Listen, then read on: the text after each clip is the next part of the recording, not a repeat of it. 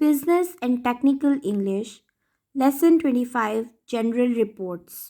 जो outline screen पर show हो रही है इसको हम one by one step by step देखते हैं। रिपोर्ट राइटिंग सिचुएशन यानी किन सिचुएशंस की बिना पर हम लोग रिपोर्ट लिखते हैं। हमारी जो रिपोर्ट है वो 100 सफ़ों पर भी मुश्तमिल हो सकती है। रिपोर्ट जो है वो 12 सफ़ों पर भी मुश्तमिल हो सकती है, 2 पैराग्राफ्स के ऊपर भी मुश्तमिल हो सकती है और 100 पेजेस के ऊपर भी मुश्तमिल हो सकती है।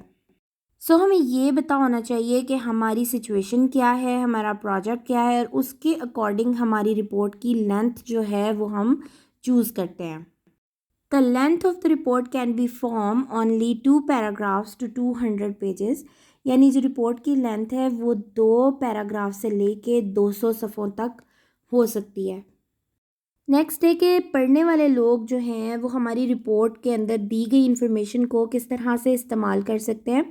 तो वो लोग 3 तरह से इस्तेमाल कर सकते हैं। ऑर्गेनाइजेशनल प्रॉब्लम के लिए इस्तेमाल कर सकते हैं, सोशल प्रॉब्लम के लिए इस्तेमाल कर सकते हैं और पर्सनल प्रॉब्लम्स के लिए इस्तेमाल कर सकते हैं। Organisational problem where typical goal are to increase efficiency and profit. यानी ऑर्गेनाइजेशनल गोल के लिए जो है मेन गोल ये होता है कि ऑर्गेनाइजेशन में प्रॉफिट को और एफिशिएंसी को इम्प्रूव किया जाए, इसलिए जो है रिपोर्ट के अंदर इंफॉर्मेशन होती है उसको इस्तेमाल किया जाता है। Social problem where typical goal are to improve the general health and welfare of group of people. यानी कि लोगों की जो वेलफेयर है और हेल्थ है उसको इम्प्रूव किया जाए। Personal problem where typical goal are to satisfy individual preferences and values. यानी पर्सनल प्रेफरेंसेस और वैल्यूज़ के लिए जो है इन रिपोर्ट्स को पढ़ा जाता है और इनमें दी गई इंफॉर्मेशन को इस्तेमाल किया जाता है। जो रीडर्स हैं वो रिपोर्ट से मुतल्लिक मंदरजा झैल क्वेश्चंस करते हैं। वो कहते हैं कि हम इस रिपोर्ट से क्या हासिल करेंगे, क्या इस रिपोर्ट के अंदर जो दिए गए फैक्ट्स हैं वो रिलायबल हैं और क्या ये जो रिपोर्ट है वो हमारे लिए यूज़फुल है, अगर यूज़फुल है तो किस तरह से है और आप किस तरह से हमारे लिए इस रिपोर्ट को इंटरप्रेट करोगे, इनके फैक्ट्स को इंटरप्रेट करोगे और क्या ये जो इनके अंदर दिए गए फैक्ट्स हैं वो सिग्निफिकेंट हैं और what do you think we should do with it. के आपके ख़्याल में जो आपने इन्फॉर्मेशन दी है रिपोर्ट के अंदर उससे हम क्या कर सकते हैं। अब हम general super structure of report देख लेते हैं। रिपोर्ट के अंदर 6 एलिमेंट होते हैं और वो 6 के 6 एलिमेंट जो हैं वो 6 बेसिक क्वेश्चंस के आंसर्स देते हैं। इंट्रोडक्शन जो होता है वो इस बारे में होता है what will we gain from your report. यानी इंट्रोडक्शन में हम ये चीज़ बताते हैं कि हम रिपोर्ट से आप क्या गेन करोगे। मेथड ऑफ ऑब्टेनिंग फैक्ट यानी कि इसके अंदर दूसरे क्वेश्चन का आंसर दिया जाता है कि हमारे फैक्ट्स जो हमने रिपोर्ट के अंदर बयान किए हैं वो रिलायबल हैं कि नहीं।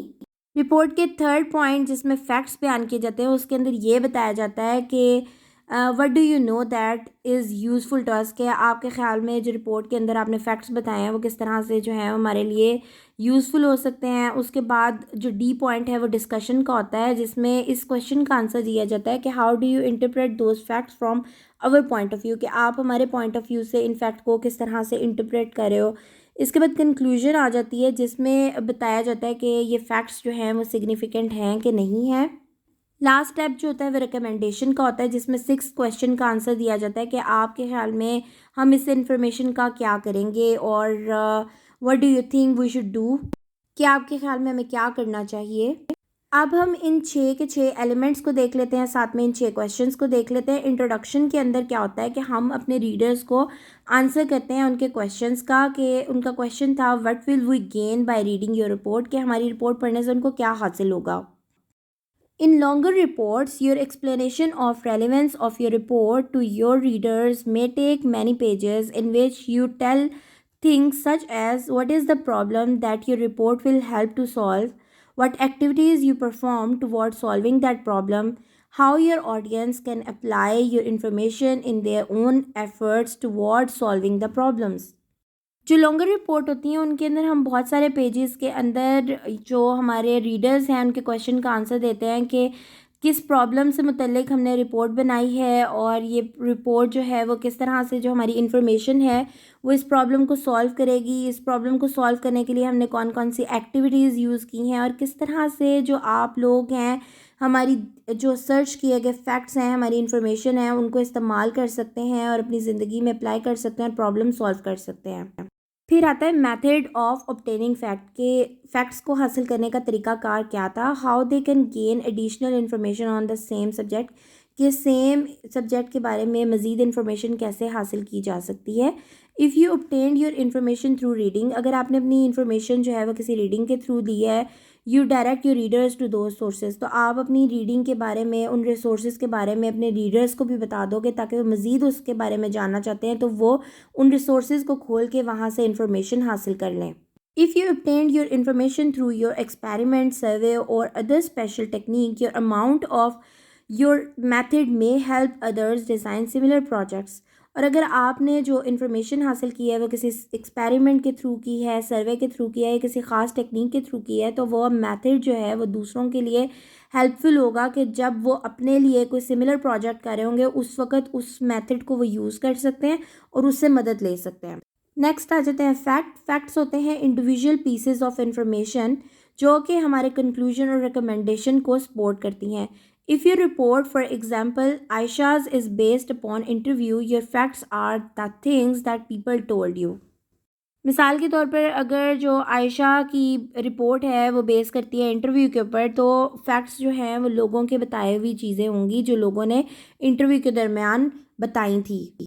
इसी तरह अगर आपकी इन्फॉर्मेशन जो रिपोर्ट के अंदर आपने दी हुई है वो किसी रिसर्च की बेस पे है, फील्ड की बेस पे है, लेबॉर्ट्री एक्सपेरिमेंट की बेस पे है या लाइब्रेरी रिसर्च की बेस पर है, तो आपकी जो फैक्ट्स हैं वो आपके वेरिएबल पीसेस ऑफ इंफॉर्मेशन होंगे जो कि आपने इस रिसर्च के दौरान या जो फील्ड एक्सपेरिमेंट है उसके दौरान हासिल किए होंगे।